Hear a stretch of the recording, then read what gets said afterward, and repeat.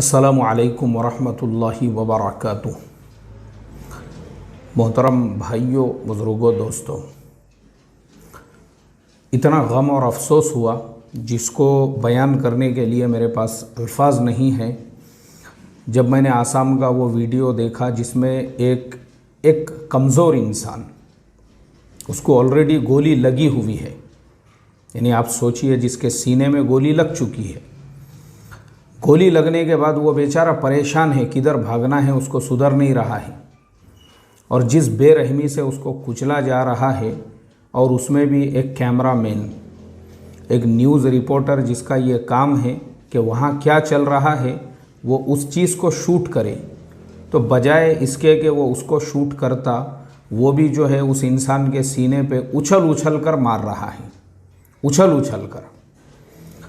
मुझे आप बताइए कितने अफसोस की बात है ये, कितने गम की बात है ये कि एक निहत्ता इंसान है, वो इंसान है, एक निहत्ता इंसान है जिसको ऑलरेडी गोली लग चुकी है।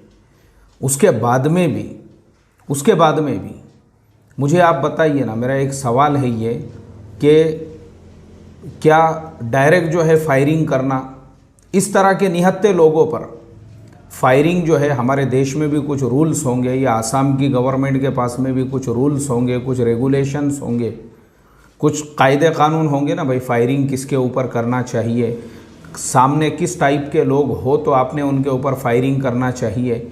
निहत्ते लोग हैं जो डर के भाग रहे हैं इधर उधर, क्या ऐसे लोगों के ऊपर डायरेक्ट फायरिंग की जा सकती है? मुझे आप बताइए ना।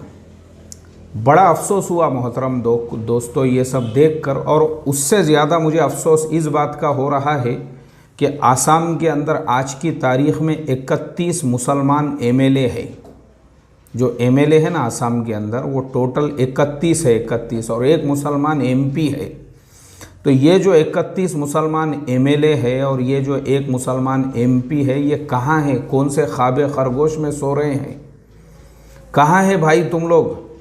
क्या तुम्हारा ये काम नहीं है? इस मसले को लेकर तुम सब असेंबली के सामने खड़े रहकर धरना देते, मुख्यमंत्री से मुलाकात करते, इस मसले को उठाते, इस मसले को असेंबली में हाईलाइट करते। ठीक है, अगर असेंबली का सेशन अगर नहीं भी है तो कम से कम एक जगह पे जमा होकर मुख्यमंत्री से तो आप लोग मिल सकते हैं।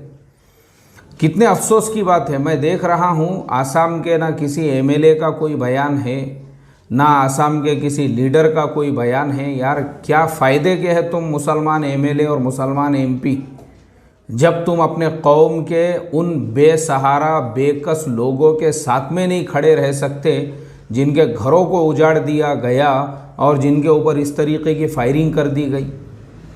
हमारा यही प्रॉब्लम है मोहतरम दोस्तों। मैं कुछ बातें आज एकदम आपको साफ साफ बोलना चाहूँगा। हमारा भारत में यही प्रॉब्लम है, हम जिनको अपना लीडर समझते हैं, जिनको अपना कायद समझते हैं, वो अपनी कुर्सी को बचाने और अपनी कुर्सी को आगे बढ़ाने की फ़िक्र में लगे हुए रहते हैं। उनको कुछ लेना देना नहीं रहता हमारे से। बहुत कम लोग होते हैं, बहुत कम लोग, जैसे मैं नाम लेकर बोलूँगा, हज़रत मौलाना कलीम साहब सिद्दीकी, उनकी गिरफ़्तारी के बाद सबसे पहला बयान अगर किसी पॉलिटिकल लीडर का आया था वो थे अमानुल्लाह खान, जो दिल्ली वक्फ बोर्ड के सदर है। उसके साथ में शायद दिल्ली में कहीं के एमएलए भी वो होते हैं। सबसे पहला बयान उन्होंने ही जारी किया और साफ लफ्ज़ों में ये कह दिया कि ये सब इलेक्शन से पहले ज़मीन हमवार करने का प्रोग्राम है, उसके अलावा कुछ भी नहीं है। ऐसे ही हमको ऐसे लीडर चाहिए जो एकदम हक़ के साथ में, मैंने इससे पहले भी उनके लिए दुआएं किया था जिस वक्त उन्होंने मरकज़ निज़ामुद्दीन के दरवाज़े खुलवा दिए थे, और उन्हीं की ये बरकत है कि आज मरकज़ में जो 50 लोगों की भी परमिशन है और 50 लोग वहाँ पे नमाज़ पढ़ रहे हैं। ये उन्हीं की कोशिशों का नतीजा है। ये ऐसे लीडर इनको बोलते हैं। ये क्या फ़ायदे के लीडर है? जिसको हमने खून पसीना बहाकर नगर सेवक बनाया, उसको फिर ये फ़िक्र होती है यार मैं एमएलए कैसे बनूँ। वो एमएलए बनने की फ़िक्र में लग जाता है, और हम लोग जो है लीडर साहब लीडर साहब लीडर साहब लीडर साहब बोल के वैसों के पीछे चलते रहते हैं। अल्लाह हिफाजत फरमाए। ऐसे लीडर क्या काम के, जो सिर्फ इस फिक्र में लगे हुए रहते हैं कि और जो बड़े बड़े लीडर हैं उनसे हमारे रिलेशन हम कैसे बना सके, मुख्यमंत्री के हम कैसे करीब जा सके, ज़िले के एमपी के हम कैसे करीब जा सके, फुलानी पार्टी के सदर साहब हमको अपना फेवरेट, हमको अपना जो है करीबी कैसे बना सके। जो मुसलमान लीडर सिर्फ इसी फिक्र में रहते हैं वो हमारे लीडर नहीं है, एक बात याद रखो। वो खुद गर्ज है, वो मफाद परस्त है, वो आपके नाम पर सिर्फ अपनी रोटियां सेकने में लगे हुए हैं। लीडर वो होता है रात में 2 बजे भी, मैं हमेशा बोलता हूं, हर इलेक्शन के पहले का मेरा बयान सुनो, वो किसी भी धर्म का रहो, चाहे वो हिंदू रहो, चाहे वो मुसलमान रहो, चाहे वो किसी भी समाज का रहो और किसी भी पार्टी का रहो, चाहे वो शिवसेना का लीडर रहो, कोई भी पार्टी का लीडर रहो, रात में 2 बजे भी अगर तुम उसके घर पे जाते हो और उसके दरवाजे अगर तुम्हारे लिए ओपन है, तुम्हारे लिए ओपन, वो तुम्हारा असली में वो लीडर है तुम्हारा। हम यही इसी में भय जाते हैं भावनाओं के अंदर, अरे अपना ईमान वाला भाई है यार, खड़ा ना करो इसको पूरा सपोर्ट। और वो ईमान वाला भाई अपनी और आगे जो है अपने लिए रास्ता हमवार करने के चक्कर में पड़ा हुआ है और हम उसी को अपना लीडर समझ रहे हैं। मैं आपको ये रियलिटी बताता हूँ, बता रहा हूँ, मेरे साथ पेश आए हुए वाक़यात मैं आपको सुना रहा हूँ। अभी ये जो मेरे हमास वगैरह के टाइम पे जो मेरे वीडियोस वगैरह जब मैं चैनल पे डाल रहा था, ऐसे ही एक पॉलिटिकल पार्टी के मुसलमान लीडर का मुझे फ़ोन आया और जिस लीडर का फ़ोन आया आप उसका अंदाज़ देखो, बात करने का स्टाइल देखो। हेलो, मैं बोला जी अस्सलाम वालेकुम, फरमाइए कौन है? मैं सदर बोल रहा हूँ। अरे भाई सदर बोल रहे हैं, काय के सदर? किसके सदर? पैखाना उठाने वालों के सदर, गू उठाने वालों के सदर, डुक्कर पालने वालों के सदर, डुक्करों को पकड़ने वालों के सदर। सदर किसके सदर? कौन सी तंजीम, कौन सी तहरीक के सदर होंगे ना किसी। मैं फुलानी पार्टी जो है उसका ज़िला सदर बोल रहा हूँ। अच्छा हाँ जी, नाम होगा ना तुम्हारे माँ ने जब पैदा हुए थे तो तुम्हारा कुछ नाम रखी होंगी ना, क्या नाम भी सदर रखी थी ये पार्टी का? हाँ, मैं रफ़ीक बोल रहा हूँ। अच्छा हाँ बोल रफ़ीक, क्या मसला है तेरा? बोले वो मुझे जो तुम वीडियो वगैरह डाल रहे ना उसके बारे में बात करने का था। मैं बोला ये आपका स्पेस नहीं है, मैं जो वीडियो वगैरह डाल रहा हूँ ये आपका स्पेस ही नहीं है। आप एक पॉलिटिकल, आपने बोले ना अभी आप एक पॉलिटिकल लीडर है, पॉलिटिकल पार्टी से जुड़े हुए हैं, आप अपना काम करो ना भाई, ये तुम्हारा स्पेस ही नहीं है। क्या मालूम है तुमको हमास के बारे में? कभी गए फ़लस्तीन को? मालूम है कुछ उसके बारे में? नहीं तो वो बात करना है तो आ सकते हो तुम मेरे पास। नहीं मेरे पास बहुत शिकायतें आ रही। बोले शिकायतें आ रही तो तू कौन है रे? भामटे खुदा है तू हमारा? 2 रुपल्डी के लीडर, जो पार्टी का तू ज़िला सदर है ना, तेरे पार्टी का जो कौमी लीडर है उसका नंबर भी है मेरे पास मोबाइल में। अभी तेरे से बात होते तो उसको कॉल लगाता और उसको पूछता कि ऐसे 2 नंबरी लोगों को, भाई लोगों को, दादा लोगों को, दमदाटी करने वालों को क्या हिसाब से तूने ज़िला सदर बनाया? पूछता मैं। बोला मैं तेरा जो कौमी लीडर है मेरे साथ एक व्हाट्सएप ग्रुप में हम दोनों भी हैं। फ़ोन लगाता, उसका नंबर है मेरे पास में, फ़ोन लगाता उसको और पूछता मैं इसको ज़िला सदर क्या हिसाब से बनाए? ये सेमड़े को या चिपड़े को बात करने की तमीज़ नहीं है। जिसको ज़िला सदर बना रहे, तालुका सदर बना रहे, जिसको जो है बना रहे ना, पहले उसको ट्रेनिंग दो 3 दिन अपने पास रखकर कि तुमको किसी का भी फ़ोन अगर आए तो पहले तमीज़ से बात करना सीखो। तमीज़ से पहले तमीज़ सीखो, पहले बात ऐसी करते हैं। मैं बोला मैंने बड़े बड़े लोगों के साथ में, सुशील कुमार शिंदे साहब जिस वक्त में पूरे देश के गृह मंत्री थे, उनसे मुलाकात किया, उनसे बातचीत किया। यार वो आदमी के अंदर जो नरमी, जो बात करने का तरीका, चारों तरफ से उनके जो है वो, आप सोचो अरे गृह मंत्री की बात कर रहा हूं मैं। गार्ड जो रहते, गृह मंत्री की सिक्योरिटी, जेड सिक्योरिटी कैसी रहती होंगी आप सोच लो, चारों तरफ से गार्ड से। उसके बाद भी उन्होंने मेरे से मुलाकात की, मेरे से बातचीत की, वो भी तकरीबन 5 मिनट से ज़्यादा मराठी में हमारी दोनों की बातचीत चलती रही। जिस वक्त में मौलाना अब्दुल कवी साहब को गिरफ्तार किया गया था, हैदराबाद वालों को, उनके सिलसिले में हमने उनसे मुलाकात करके जब बातचीत की थी, मैंने उनकी जो नरमी देखा, नरमी, मुल्क का गृह मंत्री मेरे से बात कर रहा है, ऐसे ही खाली उनकी ही बात नहीं है। अभी ये महाराष्ट्र में अभी जो महाराष्ट्र में कांग्रेस गवर्नमेंट के जो आखिरी मुख्यमंत्री थे, आखिरी जो पृथ्वीराज सिंह चौहान, उनसे हमने मुलाकात की। उनके साथ में आधा घंटा बैठे हम उनके साथ में, उनकी नरमी ऐसा कान लगा के सुनना पड़ रहा था ध्यान तवज्जो से कि भाई वो क्या बात कर रहे हैं। उनका आवाज़ ही नहीं निकल रहा था, इतने नरमी से इतने दम से बात कर रहे थे वो।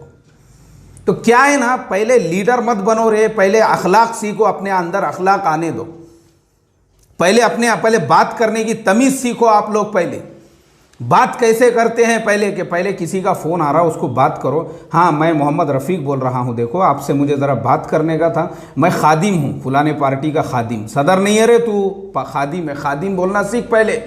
मैं खादिम हूँ फलाने पार्टी का, और क्या है ना, मुझे तरह वो मसले में आपसे बात करने का था। इसको बोलते हैं लीडर। साला लीडरशिप की हवा भी नहीं लगी, खाली सदर बनने का, सेक्रेटरी बनने का और जिम्मेदार बनने का कण तो बहुत है, लेकिन तमीज़ बाप ने सिखाया ही नहीं किसको कैसी बात करने का। ये हमारा प्रॉब्लम है, मैं आपको बता रहा हूं। इसीलिए मैं बोलता हूं, लीडर वो नहीं है जिसने हर चौराहे के ऊपर बड़े बड़े फ्लैग्स लगा दिया हुआ है। लीडर वो है जो रात में 2 बजे भी अगर आपको ज़रूरत पड़ रही है, आप उसको फ़ोन करो, उसने आपका फ़ोन उठाना चाहिए। लीडर उसे कहते हैं। लीडर वो है, अगर आप उसके दरवाजे पे जा रहे हो, उसके पास टाइम होना चाहिए आपसे मिलने का, आपसे मुलाकात करने का, आपका मसला समझने का। लीडर वो होता है जहां कहीं आपके झोपड़पट्टी में घर तोड़े जा रहे हैं या कुछ मसले हो रहे हैं, वो लीडर ने वहां जाके खड़े रहना चाहिए और बोलना चाहिए कि मैं इनका लीडर हूं, घर नहीं तोड़ सकते, सबसे पहले अगर तोड़ना है तो बुलडोज़र मेरे आंख पे लेकर जाओ। और है ऐसे लीडर, मुझे खुद एक लीडर साहब ने सुनाए, बोले मौली साहब, अब जो अगला इलेक्शन आने, वो एक एरिया के, पूरे एरिया के एमएलए साहब थे, वो खुद मिले मुझे एक वलीमे के प्रोग्राम के अंदर। उनके कार्यकर्ता का वलीमा था और मुसलमान कार्यकर्ता था उनका, वो बेचारे जो है शिवसेना के एमएलए थे। उन्होंने मुझे दूर से देखे, वो मेरे करीब आए, उन्होंने बोले यार ये बारी को हमको सपोर्ट करो आप, क्योंकि हमने तुम्हारे बहुत सारे काम करके दिए। और बताए उन्होंने मुझे, बाज़ाब्ता जो है उन्होंने मुझे बताए कि देखो फलाने एरिया में मुसलमानों का जो झोपड़पट्टी एरिया है, वहाँ पे एक मस्जिद को तोड़ने के लिए कॉरपोरेशन से जो है ना, वो आ गए थे, वहाँ पे बुलडोज़र वगैरह आके खड़े रहे थे। मैं वहाँ पे जाके खड़ा रहा और मैंने उनसे कहा कि भाई मैं इस एरिया का एमएलए हूँ, तुम्हारी हिम्मत कैसे हुई यहाँ तक बुलडोज़र लाने की, तुमने पहले मेरे पास में आना चाहिए था। बोले मौलाना साहब, मैंने सिर्फ 24 घंटे के अंदर अंदर वो मस्जिद को मैंने ऑथोराइज कराया कॉरपोरेशन से। वो जगह जो है मुस्लिम समाज गृह के नाम से जो है उनको ऑथोराइज करा के मैंने दिया और उसको ऑफिशियल करा के दिया। बोले हमने काम किए कि नहीं आपके लिए। तो ये ऐसे लोग रहते लीडर बनने के। साला लीडर बनने के अभी क्वालिटीज़ पता नहीं है और कौम के साथ वक्त पढ़ने पे खड़े रहने को तैयार नहीं है, और खाली लीडरों के नाम पे, यानी खाली बड़े बड़े अलकाब चाहिए लीडरों के। सदर बोल रहा हूँ, काय का सदर बोल रहा रे तू, पहले बोलना सीख, पहले सदर बोल रहा हूँ। अल्लाह हिफाजत फरमाए। तो इसके लिए मेरी रिक्वेस्ट यही है हमारी कौम से, चाहे अभी आने वाले उत्तर प्रदेश के इलेक्शन हो या किसी और स्टेट के इलेक्शन हो, सबसे पहला हमारा जो करने का काम है वो ये है, ऐसे इंसान को अपना लीडर बनाओ जो रात में 2 बजे भी ज़रूरत पड़े तो तुम्हारे साथ में खड़े रहे। किसी भी पार्टी का रहो, हम किसी पार्टी के गुलाम और बंधुआ मजदूर नहीं हैं। जो हमारे साथ हालात में खड़ा रहेगा वो हमारा लीडर। खाली वोट मांगते टाइम पे अपनी कौम का है, दो उसको दो, अपना आदमी है वो दो बोल के तुमने 31 एमएलए भेज दिए वहां आसाम असेंबली के अंदर, और आज एक भी खड़े हुआ नहीं है मुसलमानों के साथ। क्या फायदे के है वो लीडर? 4 मरतबा तुमने एरिया का नगर सेवक बना दिया और वो एरिया में पूरा रोड पे पानी फैला हुआ है, नालियां बने हुई है नहीं ढंग से, वहां पे डुक्करों के झुंड के झुंड वो पूरे एरिया के अंदर। क्या फायदे के है वैसे नगर सेवक, वैसे एमएलए बना के तुमने? तो लीडर उसको बोलते हैं जिसके अंदर अपने एरिया में रहने वाले लोगों का दर्द हो, जिसके अंदर दर्द हो, जो हर हालात के अंदर आपको पुलिस चौकी में जरूरत पड़ रही है, उसने खड़े रहना तुम्हारे साथ वहां पे आके, वो तुम्हारा लीडर, इसको लीडर बोलते हैं। तो इसके लिए मुझे बड़ा गम हुआ, बड़ा अफसोस हुआ, लेकिन मैं ये मैसेज भी आप लोगों तक पहुंचाना चाह रहा था। जो सिर्फ नाम के लिए लीडर बनना चाहता है, बुलेट पे बैठने के लिए लीडर बनना चाहता है, जो सिर्फ बर्थडे मनाने के लिए लीडर बनना चाहता है और फ्लैक्स पे तस्वीरें और फोटो लगाने के लिए लीडर बनना चाहता है, मत दो ऐसों को वोट। ऐसे लीडर हमारे काम के नहीं है। हमको वो चाहिए जिसको रात में 2 बजे फ़ोन करे, फ़ोन उठाना चाहिए उसने, और हमारी कोई ज़रूरत और मजबूरी रही तो हमारे साथ खड़े रहना चाहिए, वो हमारा लीडर। अल्लाह हम तमाम को समझ अता फरमाए। अस्सलामु अलैकुम व रहमतुल्लाहि व बरकातुहू।